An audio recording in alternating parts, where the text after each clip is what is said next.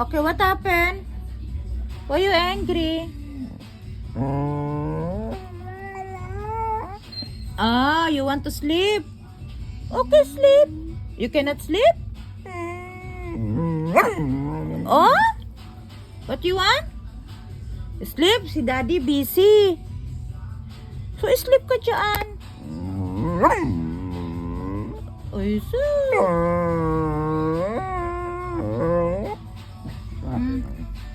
You want to sleep? Oo. Where you want to sleep? Huh? Where you want to sleep? Huh? Where you want to sleep?